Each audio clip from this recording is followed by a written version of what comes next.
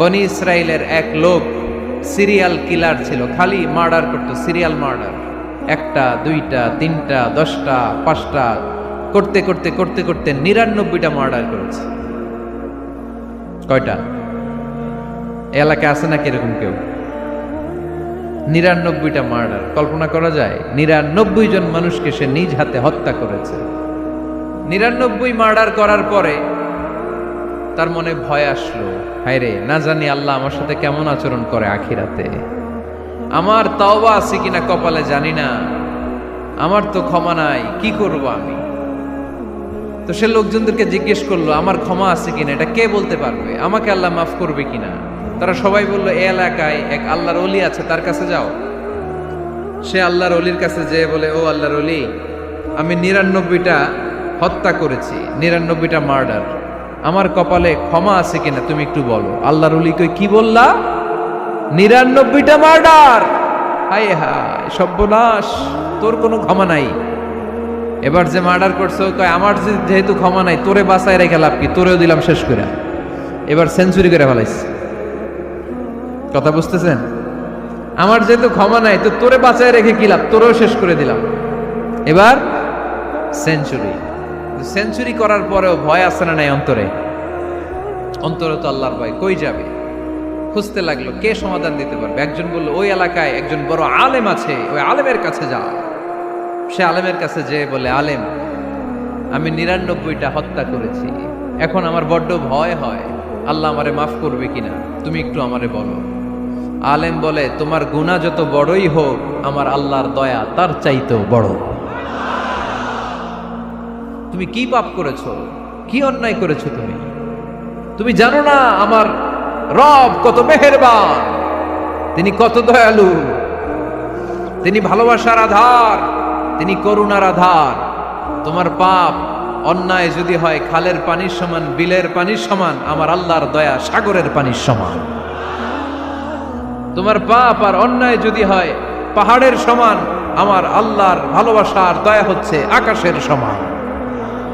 তুমি যদি তওবার মতো তওবা করতে পারো, ক্ষমার মতো ক্ষমা চাইতে পারো, চোখের পানি ছেড়ে, চোখের পানির বড় দাম, চোখের পানির মধ্যে বিশাল কারিশমা, এটা আল্লাহ খুব পছন্দ করে। 2 ফোঁটা পানি আল্লাহ পছন্দ করে। এক, জেহাদের ময়দানে শহীদের গা বেয়ে ঝরে পড়া রক্তের ফোঁটা। 2 হচ্ছে অনুতপ্ত বান্দার চোখের পানির ফোঁটা।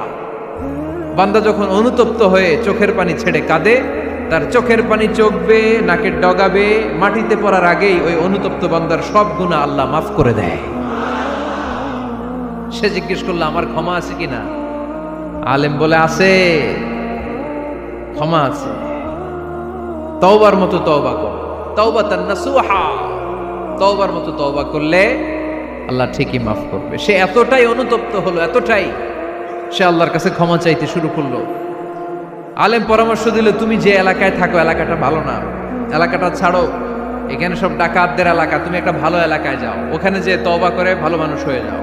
সে নিয়ত করে কাপড় চোপড় গুছিয়ে ভালো এলাকায় যাবে। ঘর থেকে বেরোয়ার সাথে সাথেই মালাকুল মাউত চলে আসছে, তার রুহু কবজ করে ফেলছে। এখন রুহুকে নিয়ে যাবে। ফাজাআত মালাইকাতুর রাহমা ওয়া মালাইকাতুল আযাব, রহমতের ফেরেশতারাও আসছে, আযাবের ফেরেশতারাও আসছে। রহমতের ফেরেশতারা বলে, না না, সে তওবার নিয়ত করেছে, যদিও তওবা করতে পারে নাই, যদিও ভালো এলাকায় যেতে পারে নাই, তওবার নিয়ত করেছে, অনুতপ্ত হয়েছে, ক্ষমা চাওয়ার চিন্তা করেছে, আমরা তার রূহ নিয়ে ইল্লিনে রেখে দেব। আযাবের ফেরেশতারা বলে, না না, 99টা হত্যা করার পরে আরো একটা হত্যা করে সেঞ্চুরি করেছে, এখনো তো ভালোভাবে তওবা করতে পারে নাই, তার রূহটা নিয়ে আমরা সিজ্জিনের ভেতরে ঢুকায়ে দেব। 2 দল ফেরেশতার মারামারি, এ বলে আমরা নিব, এ বলে আমরা নিব। ঝগড়া আছে না নাই? আল্লাহ বললেন, রাখো রাখো, ঝগড়ার দরকার নাই। এক কাজ করো, যেখানে মারা গিয়েছে ওইখান থেকে ফিতা দিয়ে মাপতে শুরু করো। ভালো এলাকাটা যদি কাছে হয় জান্নাতের ফেরেশতারা নেবে, খারাপ এলাকা যদি কাছে হয় জাহান্নামের ফেরেশতারা নেবে। খারাপ এলাকা তো একেবারেই কাছে, ঘর থেকে বেরোয়ার সাথে সাথে মৃত্যু হয়েছে, আর ভালো এলাকা তো অনেক দূর। আল্লাহ জামিনটারে আদেশ দিলেন, জামিন, এই অনুতপ্ত বান্দার জন্য তুই ভালো এলাকাটা কাছে চলে আয়। ভালো এলাকাটার জামিনটা তুই সংকুচিত হয়ে যা, যদিও ঘর থেকে বের হয়েছে একেবারে কাছে, খারাপ এলাকা হাজার হাজার মাইল দূরে চলে যা। ফিতা দিয়ে মাপ দিয়ে দেখে, সর্বনাশ, ভালো এলাকাটা তো একেবারেই কাছে, খারাপ এলাকাটা অনেক দূরে। আল্লাহর ফয়সালা অনুযায়ী রহমতের ফেরেশতারা তার রূহকে নিয়ে জান্নাতের ভেতরে ঢুকিয়ে দিয়েছে। 99টা হত্যা করার পরে আরো একটা হত্যা করে সেঞ্চুরি, 100টা খুন করছে। আপনি কয়টা করছেন? আমি কয়টা করছি? তো 100টা খুন করে যদি ও মাফ পেতে পারে আমার আল্লাহর কাছ থেকে, আমরা কি ক্ষমা পেতে পারি না? ওর পাপের কাছে আমাদের পাপ কি? কয় ওয়াক্ত নামাজ ছাড়ছেন আপনি? কয়টা মিথ্যা কথা বলছেন? কতবার ঘুষ খাইছেন? কত টাকা সুদে লাগাইছেন? কত অন্যায় করছেন? কত জুলুম করেছেন? মনে রাখবেন, আপনার পাপ, আপনার অন্যায়, আপনার জুলুম যত বড় হোক না কেন, আমার আল্লাহর দয়া তার চাইতেও বড়। এজন্য আল্লাহ নিজের পরিচয় দিয়ে বললেন, আর রহমানু আল্লামাল কুরআন খালাকাল ইনসান আল্লামাহুল বায়ান। আমি রহমান, আমি দয়ার সাগর। আমি কি? আল্লাহ তুমি দয়ার সাগর, রহমানুর রহিম। তোমার দয়াই পূর্ণ আমার সারা নিশিদিন। তোমার দয়াই পূর্ণ আমার সারা নিশিদিন। আলহামদুলিল্লাহ পড়েন। তাহলে বুঝতে পারলাম আমার আল্লাহর দয়ার কোনো শেষ আছে? চিল্লায় বলতে হবে আছে। কয়শো টুকরা? সবাই শুনতেছেন? কষ্ট হচ্ছে তো উত্তর দিচ্ছেন না যে? কত টুকরা করলেন? 100 টুকরা করে 99 টুকরা দয়া ভালোবাসা আল্লাহ তাআলা নিজের কাছে রেখে দিলেন, আর 1 টুকরা দয়া আর ভালোবাসা আল্লাহ তাআলা গোটা বিশ্বের সবার মাঝে ভাগ করে দিলেন।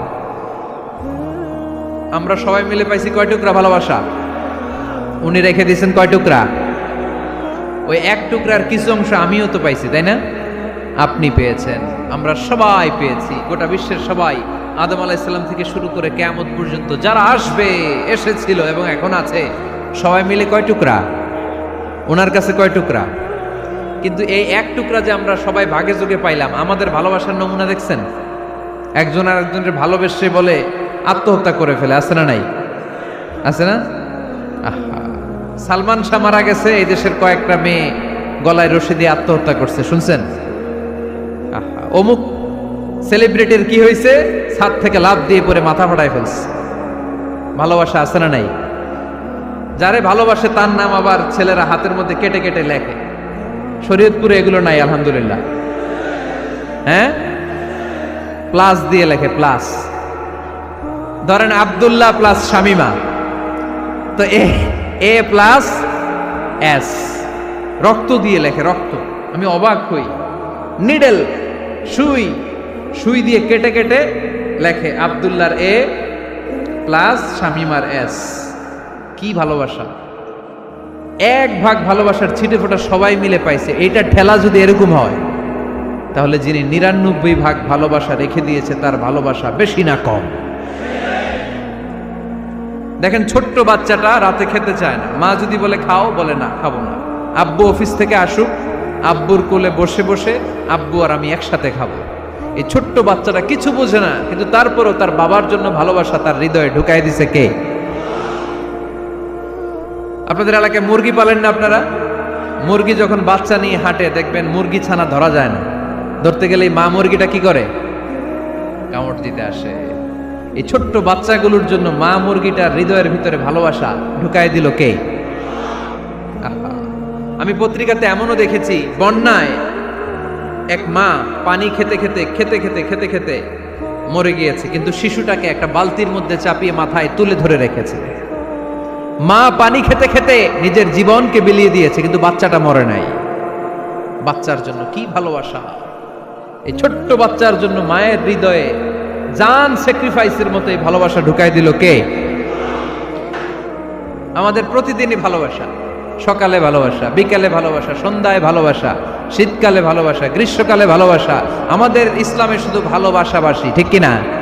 রাসূল আমার ভালোবাসা, রাসূল আমার আলো আশা, রাসূল আমার প্রেম বিরহের মূল আলোচনা, রাসূল আমার কাজে কর্মে প্রেরণা। চিল্লায় পড়েন আল্লাহু আকবার। আমাদের ভালোবাসার কোনো কমতি আছে? 24 ঘন্টা আমাদের ভালোবাসা আছে না নাই? 365 দিন আমাদের ভালোবাসা আছে না নাই? এই জন্য আলাদা করে আমাদের কোনো দিন লাগে না, বিশ্ব ভালোবাসা দিবস দরকার হয় না। যারা মাকে দেখতে পারে না, বাবারে দেখতে পারে না, এরা একদিনের জন্য মা বাবাকে উইশ করতে যায়, আর নাম দিছে বিশ্ব মা দিবস, বিশ্ব বাবা দিবস। কিছুদিন আগে দেখলাম বিশ্ব ডিম দিবস। কি দিবস? আমি কি মিথ্যা বললাম? ছিল একটা বিশ্ব ডিম দিবস। কিছুদিন পরে বানাবে বিশ্ব বাঁশ দিবস, যে যারে বাঁশ দিতে পারে। এরপর একটা বানাইছে শুনলাম বিশ্ব চিন্তা দিবস। তো এটা কি দিবস? কয় এদিন আমরা সবাই মিলে চিন্তা করি যে আসলে আমাদের কি চিন্তা করা দরকার, আছে না নাই? তো এই যে ওরা বিশ্ব মা দিবস, international mother day, international father day, মা দিবস বাবা দিবস বছরে একবার ওল্ড হোমে রেখে আসে, বৃদ্ধাশ্রমে। যেহেতু সারা বছর বৃদ্ধাশ্রমে, বছরে একদিনও যদি মারে স্মরণ না করি কেমন হয়? তো একদিন ওই মা দিবসে মারে একটা কার্ড দিয়ে উইশ করে আসে, কিছু টাকা দিয়ে আসে। ওদের তো মা বাবার প্রতি দয়া নাই, শ্রদ্ধা নাই, ভালোবাসা নাই, এজন্য ঘটা করে ওদের দিবস পালন করা লাগে।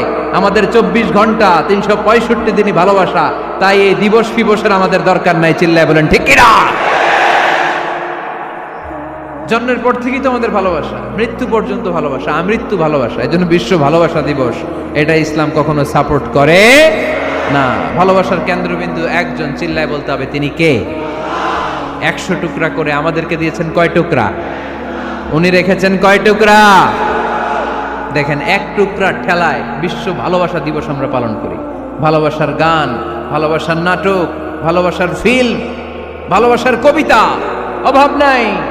কত ভালোবাসার স্টোরি আপনারা জানেন, এত ভালোবাসা।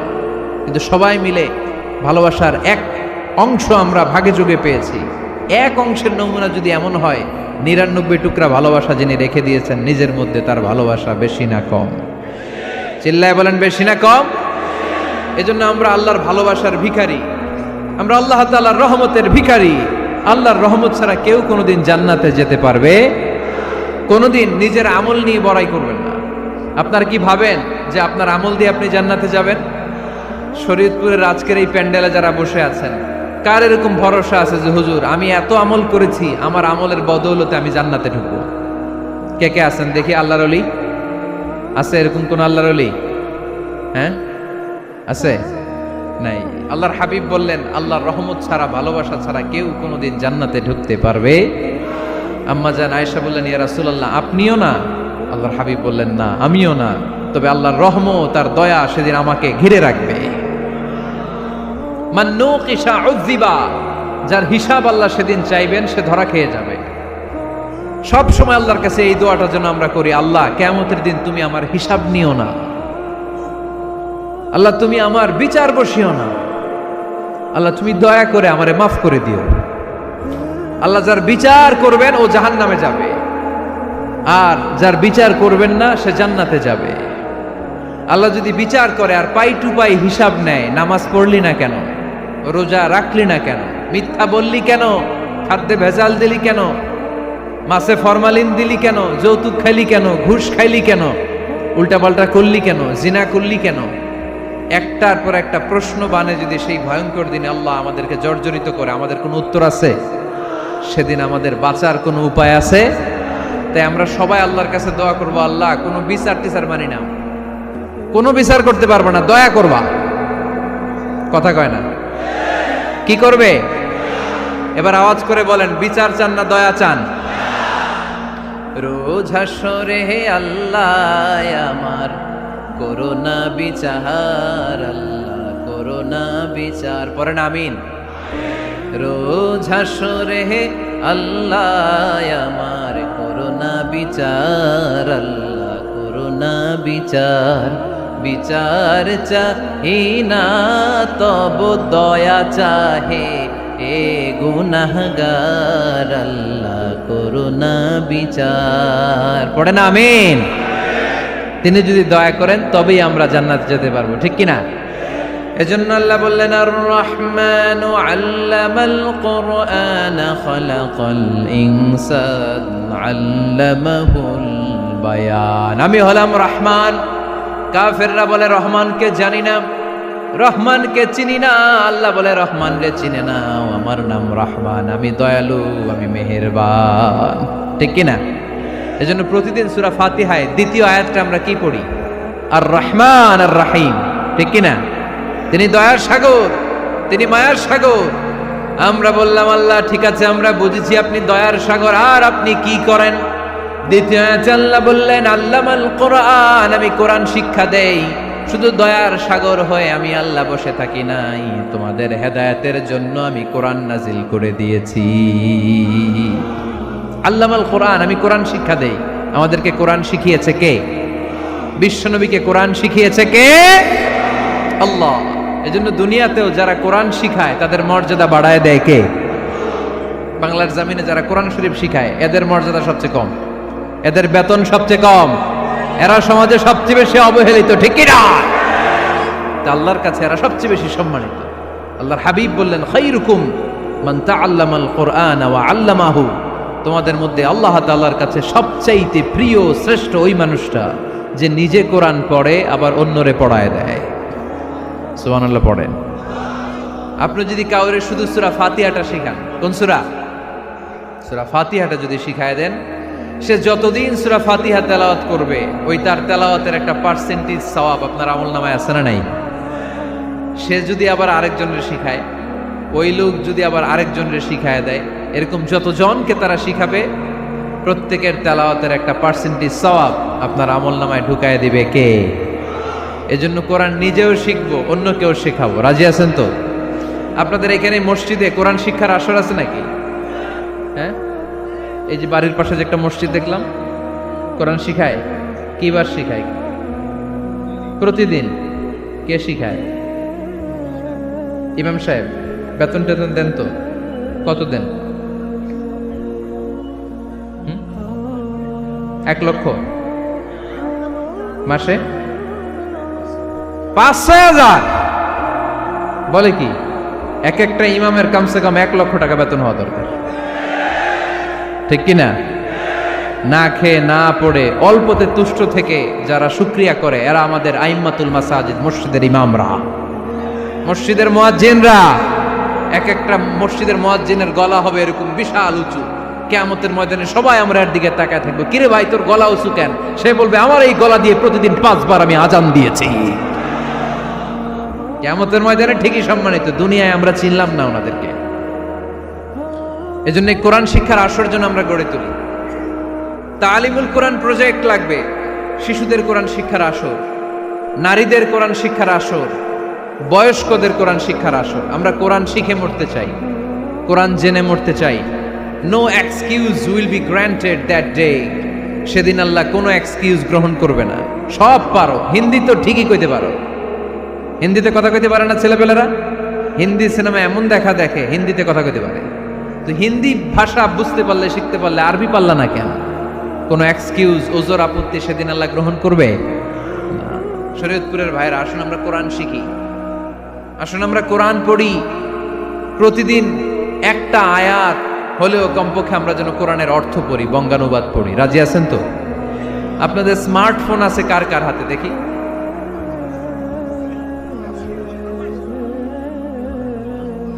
আপনারা কি অ্যানালগ? স্মার্ট আপনি? মাশাআল্লাহ। তোমরাও কি স্মার্ট? হ্যাঁ, ঠিক আছে, হাত নামাও, হাত নামান সবাই। তো এই যে স্মার্টফোন আসছে স্মার্ট বানাইতে, যেই ফোনের মধ্যে কোরআন নাই সে আনস্মার্ট। ঠিক কিনা? যার মোবাইলের ভেতরে কোরআনের অ্যাপস আছে, ডাউনলোড করে অ্যাপস রেখেছে, সেই হচ্ছে আসল smart. He is the real hero, he is the real smart.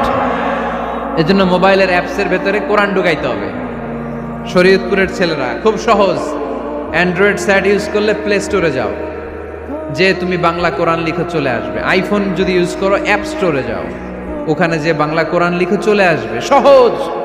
এত সহজ হওয়ার পরেও আল্লাহ কি বললেন আমরা যদি না শিখি, না জানি, আল্লাহ কি ক্ষমা করবে? যা বলার সব আল্লাহ বলে দিয়েছে এই কোরআন। এই কোরআনে শুরু হয়েছে বিসমিল্লাহির রহমানির রহিম দিয়ে, মানে বা দিয়ে। কি দিয়ে? চিল্লায় বলেন না, কি দিয়ে? বা দিয়ে।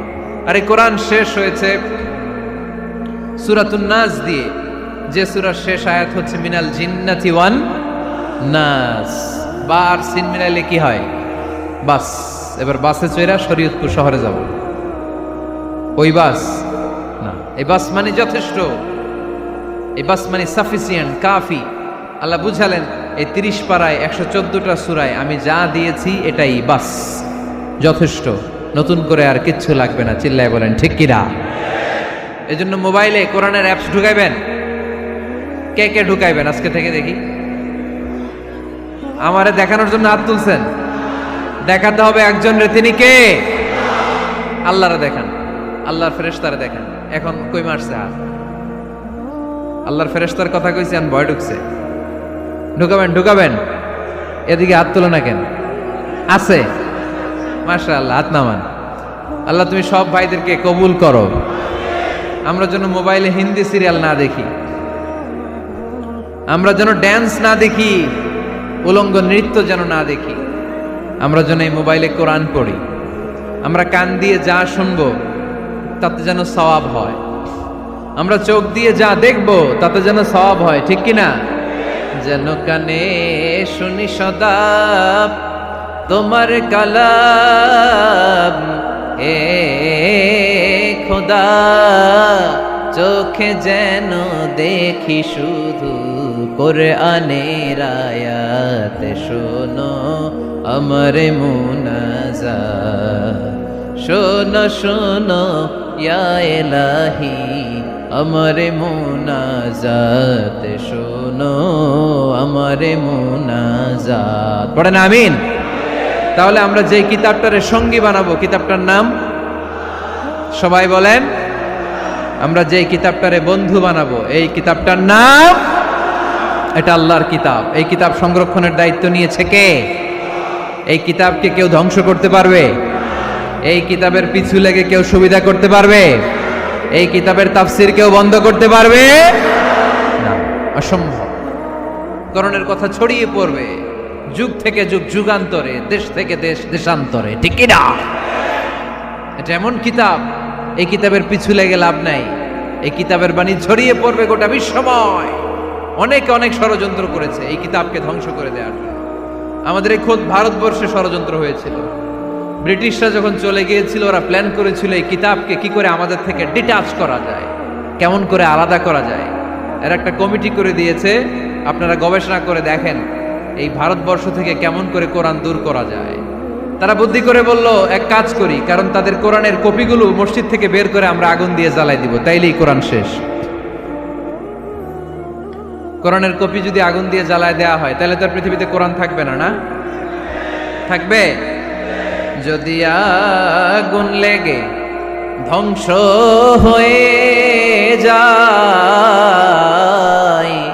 ধ্বংস হয়ে যায়, যদি আগুন লেগে যায়, পুড়ে যায় পৃথিবীর সব বইয়ের দোকান, বিশ্ব থেকে হারাবে না পবিত্র কোরআন, বিশ্ব থেকে হারাবে না পবিত্র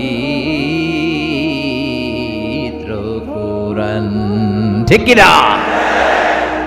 পরে দেখলো না রিসার্চে গন্ডগোল আছে, অ্যানালাইসিস ভুল, আবার নতুন কমিটি পাঠালো তারা ইংল্যান্ড থেকে, 33 সদস্য বিশিষ্ট কমিটি। তারা এসে গবেষণা করে দেখলো না, এই কোরআন আগুনে জ্বালাই দিলে কোরআন দূর হবে না। কারণ আমরা ভারতবর্ষের হেফজখানাগুলোতে যে দেখেছি, ছোট্ট বাচ্চারা মাথা দুলিয়ে দুলিয়ে কোরআন পড়ে। কোরআন তারা শুধু কাগজেই লিখে রাখে না, সিনার ভিতরে গেঁথে রাখে। ওই কোরআন মুসলমানদেরকে শিখিয়েছে কে?